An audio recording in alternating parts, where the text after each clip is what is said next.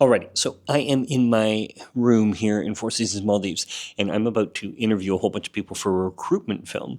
You never know. I might like it. So I came here and then here I am. I love it here more than I expected to.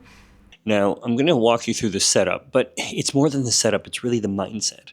Because what I'm doing here is the same interview setup I'd normally do if we have, a crew of 4 or 5 people for a feature film, which is I've got the Interatron set up here, right? Just an iPad teleprompter with the iPhone. I'm still using the red, I'm using the kind of lens, I'm using the same kind of microphone, like I'm getting the same quality. I think a lot of times when we're shooting by ourselves, it's like, okay, well, I gotta step back, I gotta make it simpler, I gotta make it, and it is simpler.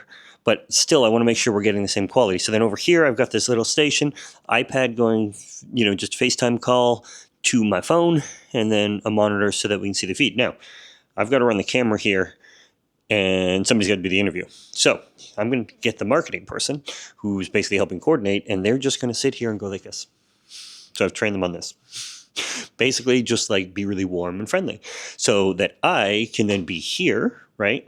Running the camera, and I'll do the interview. So I'll actually do the interview sitting here, and they'll be right here, and then the person will be here, but they'll see on the screen, right? They'll see that person instead of me because I'll hide my head. So I'll still drive the interview, but now I can check on my settings, and I don't have to worry about experience. Like getting to hang out with Chef Nino and people like that is pretty wild.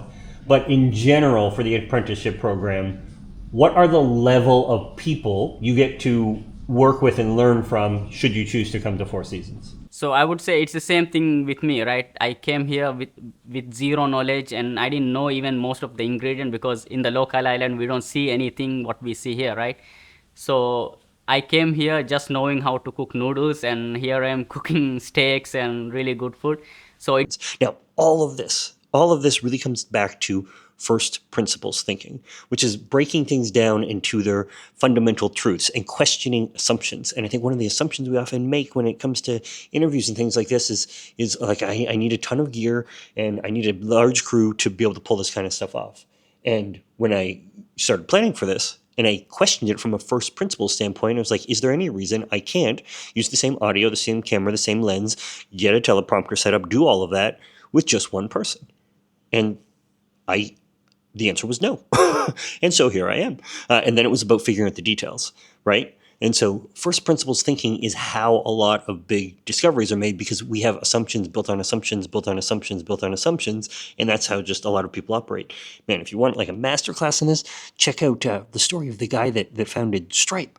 He was building a company, and as he was, creating this company, he was trying to integrate PayPal payments and realized that they were just like way too complicated.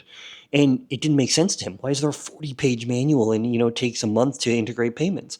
And so he started emailing people going like, why is this so complicated? He's emailing like Google Pay and all of these different people, even PayPal, going like, why is this so hard? And the answer he got from everybody was just because it is. Like, that's how it's always been. Oh, that's my bell. So I got to wrap this up.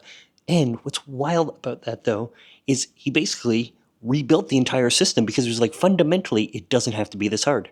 Like 9 lines of code, billion-dollar company, 9 lines of code, and now you could implement it in hours or days instead of months and 40 pages, right? But it came from questioning and seeing that everybody was just building off legacy assumptions and over again. So you can do something like one of these high-end interviews. I've got nothing but a couple $100 in lights, 2 lights, setting up the room right, setting up the tech right, being ready early, over preparing.